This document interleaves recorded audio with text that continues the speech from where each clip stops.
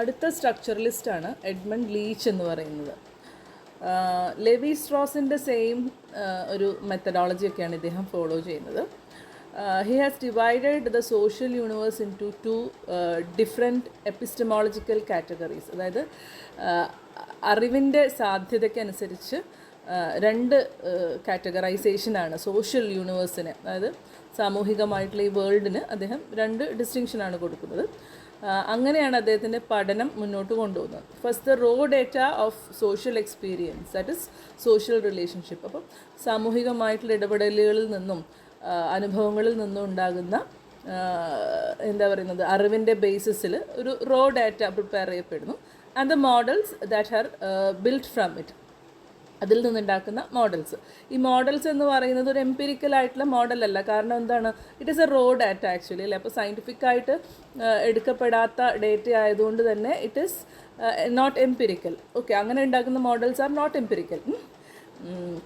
ഇതെന്താണ്, it is merely a logical construction in the mind of anthropologist. ഇതിങ്ങനെ ആയിരിക്കാം, ഈ സ്ട്രക്ചർ ഇങ്ങനെ ആയിരിക്കാം എന്ന് പെരിഫറലായിട്ട് കാണുന്ന ഒരു വ്യക്തിക്ക് എന്താണോ തോന്നുന്നത് അതിനനുസരിച്ചിട്ടുള്ള ഒരു കൺസ്ട്രക്ഷൻ മാത്രമാണ് ഈ മോഡൽസ് എന്ന് പറയുന്നത്. As far as Edmund Leach is concerned, okay, like Strauss, Leach also arrives at the distinction between the mechanical and statistical models. ലീച്ചിനെ പോലെ തന്നെ അദ്ദേഹം മെക്കാനിക്കലും സ്റ്റാറ്റിസ്റ്റിക്കൽ മോഡൽസുമാണ്, ചെറിയ വ്യത്യാസങ്ങളുണ്ടെന്ന് മാത്രം. He calls mechanical models Jurel rules, അതായത് ജൂറിസ്ട്രിക്ഷൻ അനുസരിച്ചിട്ട്, അതായത് ലീഗലി ടോൾഡ് ആയിട്ടുള്ള കാര്യങ്ങൾ, നിയമപരമായിട്ടുള്ള വശങ്ങൾ, അതാണ് മെക്കാനിക്കൽ മോഡൽസ് എന്ന് പറയുന്നത്. അതേസമയം സ്റ്റാറ്റിസ്റ്റിക്കൽ നോംസ് ആണ് അദ്ദേഹം ഉപയോഗിക്കുന്നത്. ഓക്കെ, പ്രധാനപ്പെട്ട ഒരു ഡിഫറൻസ് എന്ന് പറയുന്നത് സ്ട്രോസും ലീച്ചും തമ്മിലുള്ളൊരു ഡിഫറൻസ് എന്ന് പറയുന്നത്, for Strauss both mechanical and statistical models are of റഫ്ലി ഈക്വൽ അനാലിറ്റിക്കൽ വാല്യൂ. ഞാൻ നേരത്തെ പറഞ്ഞിട്ടുണ്ടായിരുന്നു, ലെവി സ്ട്രോസിൻ്റെ മെക്കാനിക്കലും അതുപോലെ തന്നെ സ്റ്റാറ്റിസ്റ്റിക്കലും മോഡലും, ഈ മോഡലിൽ രണ്ടും റൈറ്റ് ആയിട്ടുള്ള സാഹചര്യങ്ങളെ കുറിച്ചിട്ടാണ് സംസാരിക്കുന്നത്. ഒന്ന് റിയൽ റിയാലിറ്റിയും മറ്റേത് ലീഗൽ റിയാലിറ്റിയും. അല്ലെങ്കിൽ ഒരു പക്ഷേ ലീഗൽ റിയാലിറ്റി എന്തായി മാറും, ചില സാഹചര്യങ്ങളിൽ അത് റിയൽ റിയാലിറ്റി ആയിട്ട് മാറാറുണ്ട് അല്ലേ. ഞാൻ നേരത്തെ ഒരു കല്യാണത്തിൻ്റെ എക്സാമ്പിൾ പറഞ്ഞിട്ടുണ്ട്. എൻഡോഗമി പ്രാക്ടീസ് ചെയ്യുന്ന സമയത്ത് റൂൾസും ലോസും ഒക്കെ സെയിം ആവും. അതേസമയം അല്ലാത്തൊരു ഔട്ട്സൈഡറാണ് വരുന്നതെങ്കിൽ റൂൾസ് വേറെയും ലോ വേറെയുമായി മാറും. പല സാഹചര്യങ്ങളിലും നമ്മൾ കണ്ടെത്താറുള്ളതാണ്. പക്ഷേ ഇവിടെ അങ്ങനെയല്ല.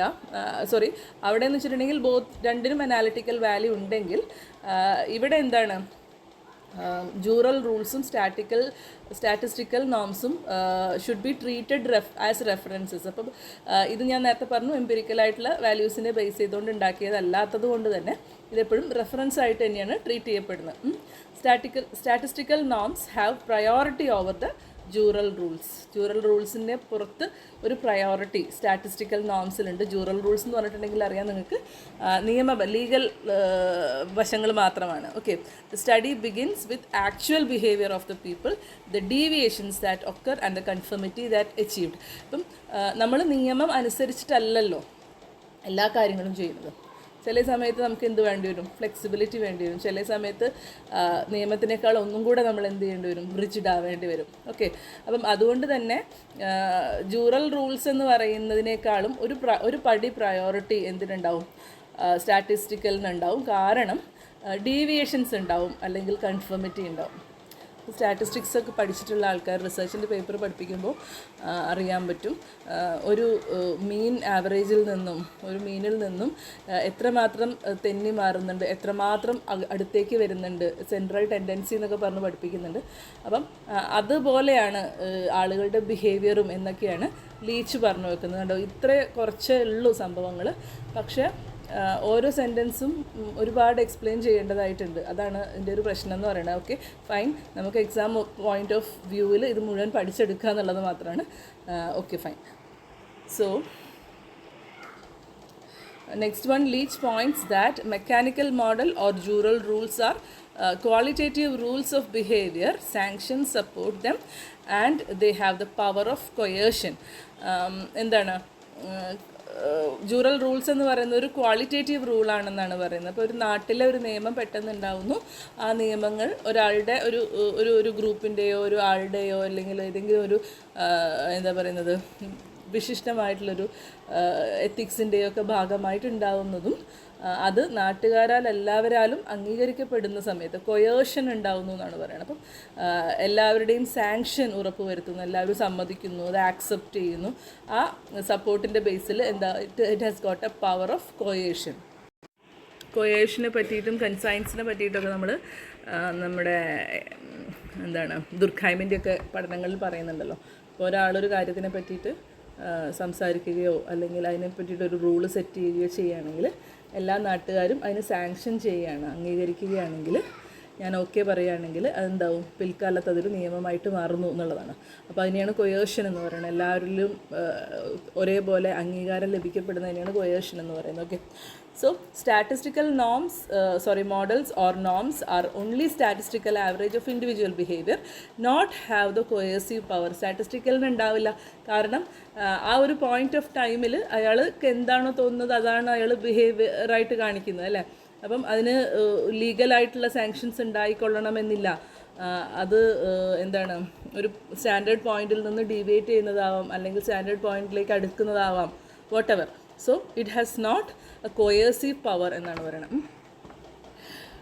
നെക്സ്റ്റ് നമുക്ക് ഒരു ഒരു ഫോർമുല പോലെ ഉണ്ട്. സ്ട്രോസിൻ്റെയും ബ്രൗണിൻ്റെയും മോഡൽസ് ചേരുന്നതാണ് നദേലിൻ്റെ മോഡൽ എന്നാണ് പറയുന്നത്. അതായത് നദേലിൻ്റെ ഒരു കാര്യം പറയുകയാണെങ്കിൽ the theory of social structure എന്ന പുസ്തകം 1957 ഇദ്ദേഹം എഴുതുന്നത്.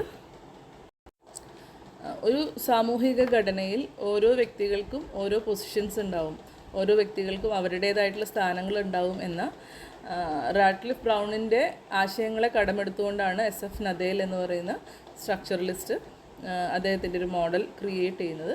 But from N empirical level of interpersonal interaction. അപ്പം ഇൻ്റർപേഴ്സണൽ ഇൻറ്ററാക്ഷൻ്റെ ഒരു എംപിരിക്കൽ ലെവലും കൂടെ ഈ ഒരു കാര്യത്തിനുണ്ട് എന്നുള്ളതാണ്. അപ്പം ഒരേ കാര്യം തന്നെ, ഒരേ ഒരു സ്ഥാനം തന്നെ. For example, if it is a mother can there will be an ideal mother, right? Ideal type ഉണ്ടാവും. അപ്പം people are deviating from that, people are more confirming that particular position. അങ്ങനെ വരാറുണ്ടല്ലോ. എല്ലാവരും ഒരേപോലെ അല്ലല്ലോ ബിഹേവ് ചെയ്യുന്നത്, പക്ഷേ സെറ്റായിട്ടുള്ളൊരു സ്റ്റാൻഡേർഡ്സ് ഉണ്ട്. അപ്പം ഒരു സോഷ്യൽ സ്ട്രക്ചറിൽ മദർ എന്ന് പറയുന്നതിന് ഒരു പ്രത്യേക പൊസിഷൻ ഉണ്ടെങ്കിലും people are behaving according to their behavioral pattern or their particular situation or their circumstances, whatever it may be. അപ്പം അങ്ങനെ ഒരു പ്രത്യേകത ഉണ്ടല്ലോ. അപ്പം അതിനെക്കുറിച്ചാണ് നദേൽ സംസാരിക്കുന്നത്. നിങ്ങളത് മാത്രം ഓർത്താൽ മതി. ഒരു എക്സാമ്പിൾ വഴി മാത്രം കാര്യങ്ങൾ ഓർത്തിട്ടുണ്ടെങ്കിൽ it will be more easier for you to grasp. Okay, he moves to a land of abstraction where the person becomes the actor who plays a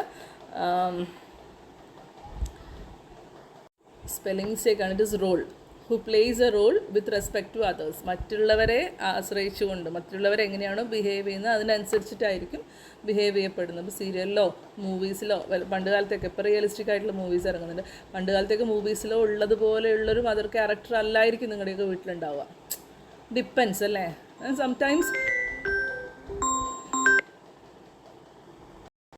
അതിനേക്കാൾ മനോഹരമായിട്ട് കാര്യങ്ങൾ ചെയ്യുന്നതായിട്ട് നമുക്ക് കാണാറുണ്ട് അല്ലേ. That's it.